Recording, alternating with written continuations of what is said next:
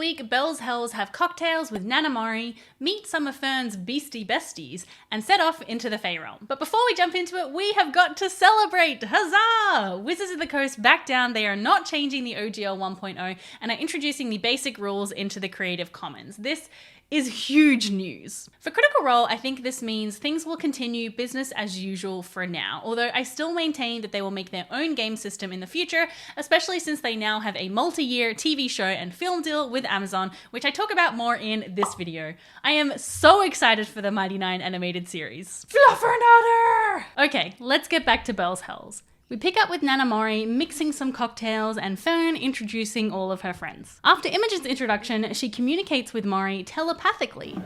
In her head, she hears, "Howdy."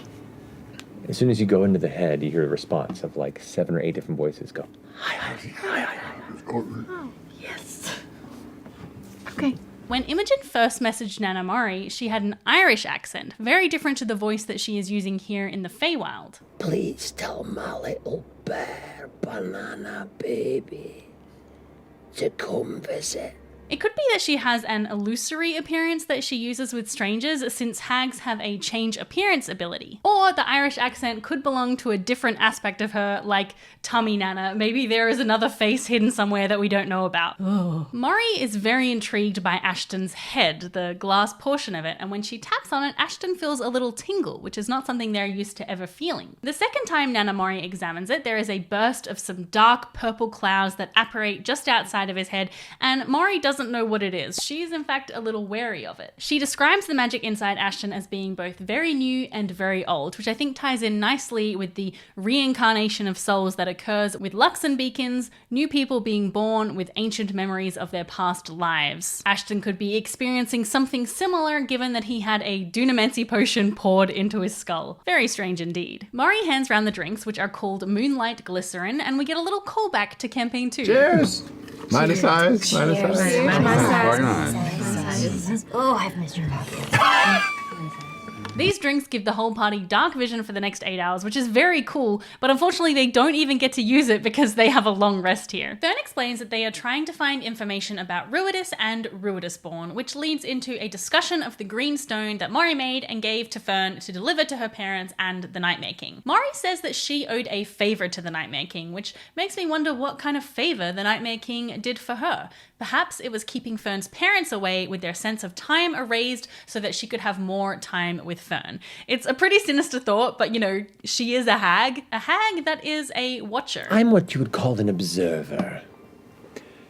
While I am not a master of fates necessarily, that resides with the matron. When no one's looking, I can add a tangle or two to the skein, should I so choose. And I just like to see who's getting tangled. Morri has been watching the threads get tangled by the Ruby Vanguard and the Unseelie Court as they build and work on these Malleus keys. Orym straight up asks her if she can point them in the direction of the Malleus key here in the Feywild, and I was like, dude, you can't just ask a Fey creature for a favor. On that note, you shouldn't have given her your real names, all of you. You have to get out of there. Don't trust the Fae. But she says yes, she can point them in the right direction, and she believes that the Malleus key here is what keeps Ruidus in the Fey realm, that they are tied together. We learned in a previous episode that Ruidus has not always appeared in the Fey realm, that it's a relatively new occurrence. So potentially this Malleus key actively brought Ruidus into the Fey realm, or they could just be tapping into that, happy accident, and it was something else that brought its influence here. A ship set sail this week that I did not foresee when Morri asked if the Nightmare King had asked anything about her. See, we had a flirtation many years back, and it wouldn't have worked out. I'm far too much of a woman for a spindly thing like him. I'd be lying if I said I didn't think about it. Yeah. I guess even hags need romance sometimes, right? As they are drinking and chatting, a little creature jumps up on the bar, a jackrabbit with markings of eyes on their ears and teeth that wiggle when it smiles. Don't like that. This is Peepers, one of Fern's beastie besties. Nana Morri, after discussing woodworking with Chetney, says that she is feeling a little tired and her head sort of recoils back and she falls asleep whilst opening up her dress, revealing the other Nana Morri, the Tummy Nana. Alright. Chetney's got a nopes out in the back of it. Disassociate. This is Nana too. Okay. Ish. It's kind of a... We take shifts. That's convenient. I'm When more Nana of a gets night tired, Nana person. takes over. She's more of a day person. We have an arrangement. Hey, that's the same arrangement that Jared and I have with our kid, but, luckily we don't have to share a body for that. Ugh. Fern gives everyone a tour of the manor, including her bedroom, which is a sumptuous affair with curtains made of painted skin. No, I don't like that. And there are creatures hanging on the ceiling, and there's a large window with bars across it, pointing to the fact that maybe Nana Morri didn't want Fern leaving. After some time in Fern's room, she takes the rest of them to show them Morri's collection inside her tower. Hundreds and hundreds and hundreds of glass jars, tiny little orbs, what looks to be like wooden boxes and chests, little statuesques and figurines made from porcelain or clay. You can see what look to be like fleshy faces that are stretched across dried, petrified fruit. You glance up and can see long dead and dried fairies that are like pinned to a piece of corkboard. You can see manners of eyes and dried herbs. You can see whole filleted bodies that have been tanned and colored and painted on that just kind of dangle and flap with the breeze that's let in with the door opening. You can see hanging strips of some unknown organic material, and at the end of each one you can see a single face. And as you look at the face, it kind of sits there loose. It kind of smiles at you. This is a curiosities collection of nightmares. Nope. I don't like that.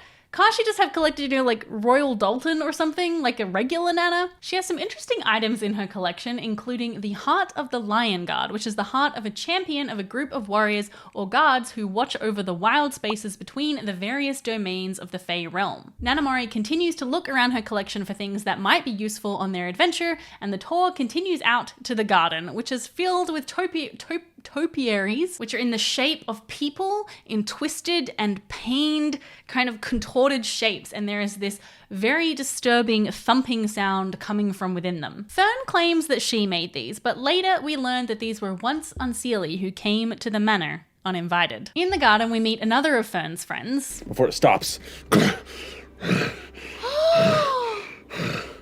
Sweet Pea? What? Hey! You see a massive, rotund sun bear with a wide underbite and An actual sunbear. an actual just like weird looking sun bear with an underbite and this long kind of like fluffy poof of a beard at the bottom of his chin, who's just kind of holding on to one of the arches and like, I just gotta get my breath for a second. All right, good. Bring it in. Oh, Boy, The cast have to look up what a sun bear is, so in case you are the same, here is a picture. What I want to know is, how long is it until we get another honey heist adventure with Sweet Pea? It was so good to get an insight into Fern's childhood and upbringing, and it puts into context so much of her behavior and her outlook, her, obsession with collecting things, her loose ideas of ownership, and the way she follows every impulse and desire. It really seems like Nana Morri cultivated those aspects of her personality and encouraged them, and that she was rather spoiled as a child, but also in some ways very sheltered and closeted and contained. She never left the manor really, and she didn't really see much of the outside world, giving very princess in a tower kind of vibes. But hands down, my favorite moment of meeting Nana Morri was when Lordna introduces Pate. Hi. oh my goodness! Look at this little man. Do you like him? What's going on? This is a little weird. It's a big lady. She goes and like reaches out and clasps him, Yes. and her fingers immediately form into a cage around him.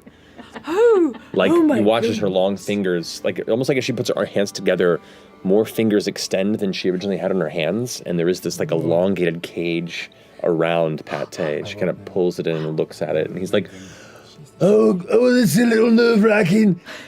Oh boy! Da-da-da, can I get out of this? and she goes, Oh, you would be such a fine addition to the collection. You ask me my hobbies, I'm kind of a collector. Oh. But alas, you're not mine. She puts her fingers back together and then releases her hands, and it's just back to her hands normal. And Pate kind of, That was a little, oh good.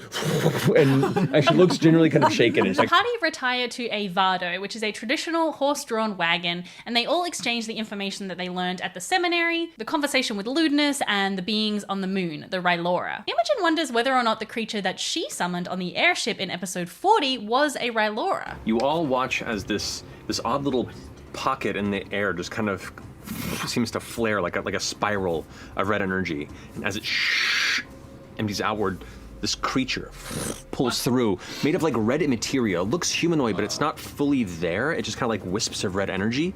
It has kind of an elongated head, almost like it kind of stretches back wider and longer than though thin at the front, than a human skull.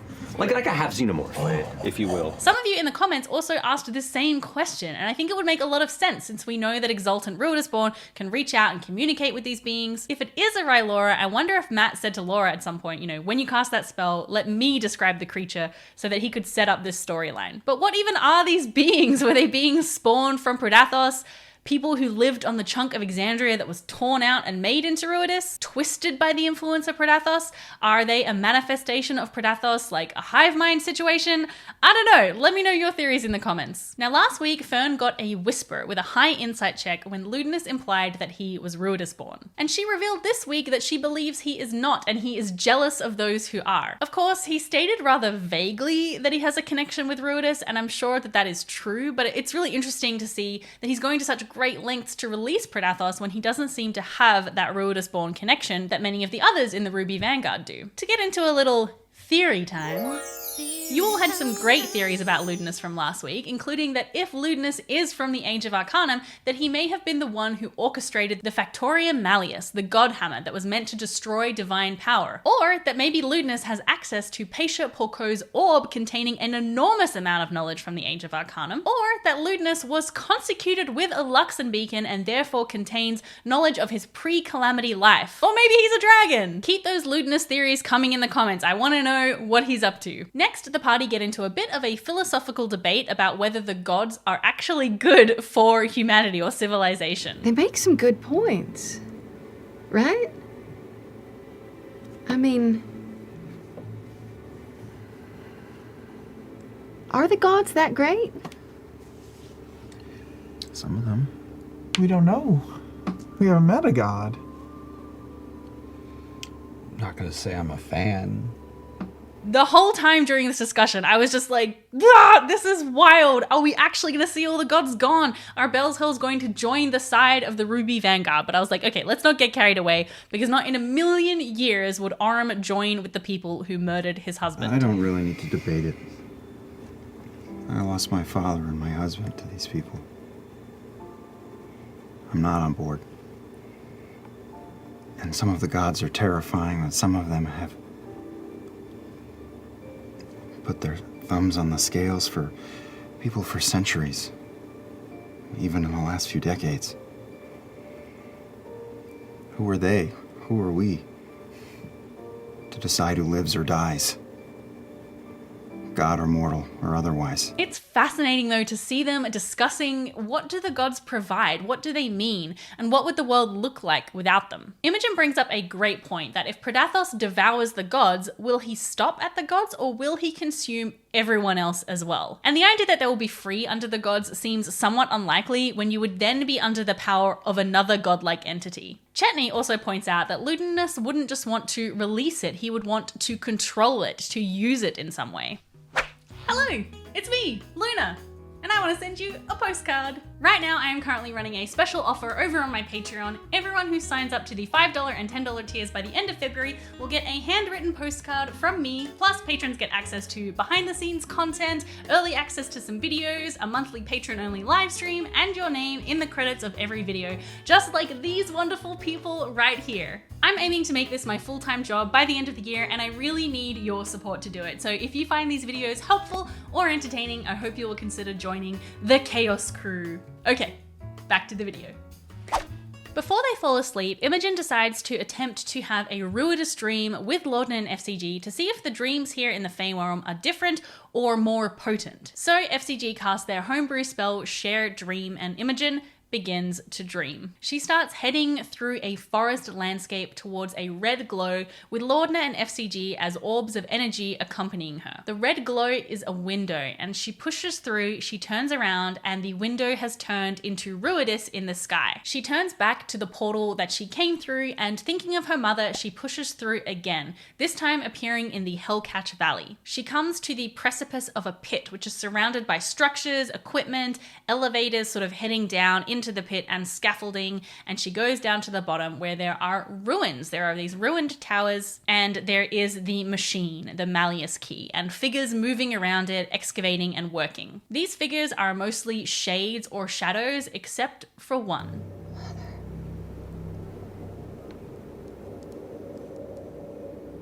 You shouldn't be here. I can help you. You have to go. Make a wisdom saving throw. Oh no! Oh no! 5! 5. She raises her hand like this and looks towards you, and suddenly you feel like everything around you stretches and pulls away, like you're being dragged down an extended tunnel. Miles and miles away, your mother's face becomes this pinpoint at the end of a long hallway, and you're gone. FCG and Imogen are sent back, waking up with Laudna left behind. She manages to wake herself up, but she takes a point of exhaustion for being unmoored in this dream space. In the morning, FCG makes cookies in his inbuilt easy bake oven, and we get confirmation that yes, FCG did take the chef feat, because these cookies will give temporary hit points to those who eat them. The chef feat is such a fun one, and I love how Sam has incorporated it into FCG's story and, into their actual body. I think in general, the cast are getting so good at representing the mechanics of the game in the narrative in a way that feels like it enhances and adds to the narrative rather than being like an aside to it where they sort of have to work out, oh, I have all these new powers all of a sudden. Like, how does that actually fit in the story? They meet up again with Nana Morri, who gives them some Harrow Call veils, which if you put them on and hold very still, you won't be seen. Don't move.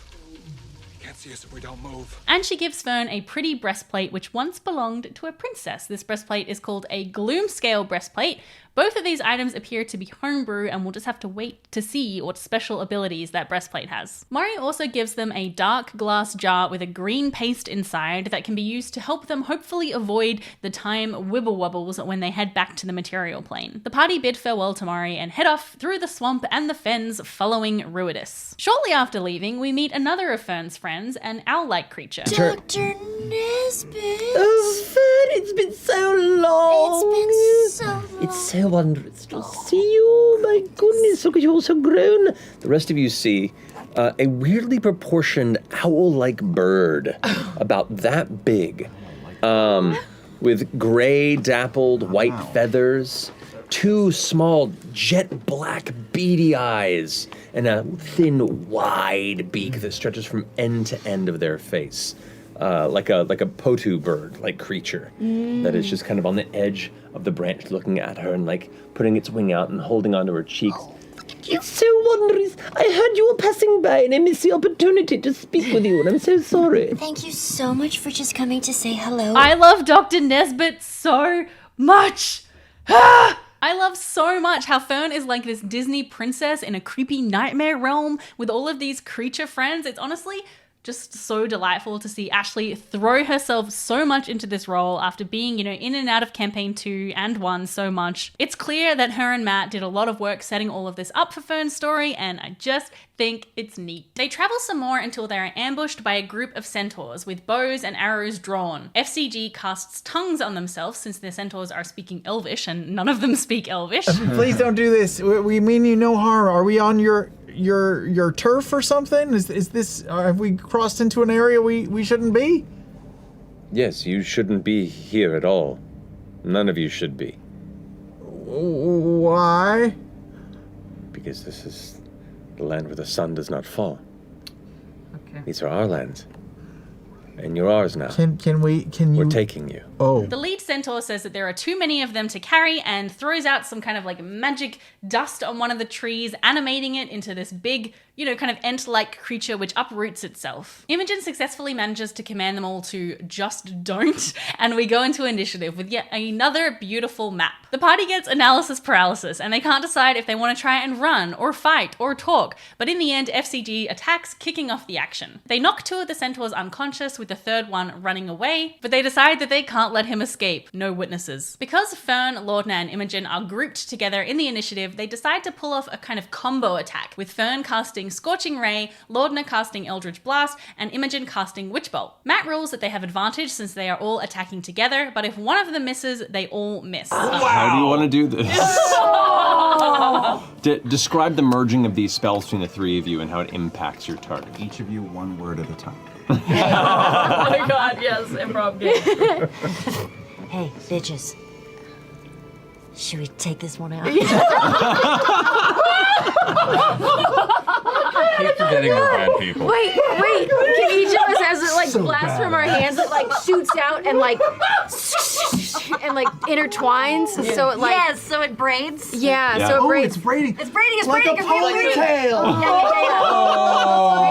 Yes. What if like your fire ones are like circling around the lightning and the One goes in the and middle. my Yeah, Eldritch yours Blast in the is all middle. necrotic, so I imagine it's like taking your fire and like making it black and dark and purpley. Smoking terrible things. And my purple lightning like flaring at him. This was a really fun moment. I have always felt like D&D doesn't really provide enough opportunities for cooperative tactics like this in combat. It's something that I really want to work on implementing somehow in my own games, because I love seeing how you can kind of stack abilities in that way. Dungeon Masters, if you've got any homebrew rules for that, let me know. So after looting the Centaur Hunters, they get ready to head further into the Feywild. And to finish up the episode, Ashley has a little show and tell. My mom built this. Oh, can they? Yeah. As Fern's house. This was like the inspo for Nana's. Oh. Yeah, Ashley's Isn't it mom so made great? this. It's It's a so It's a cute. birdhouse. I love it. So Covered great. in hands. I'll bring it. Beautiful. I'll bring it if we Creepy do a. hands. Oh, that's so sweet. That's really cool. And I love how they gave it that really cinematic, dramatic shot. Who knows what Bell's Hells are going to find in the realm of the Unseelie? We'll just have to wait and see. In the meantime, you should check out my Legend of Vox Machina Season 2 reactions with Jared. And don't forget to subscribe and give this video a thumbs up. Bye!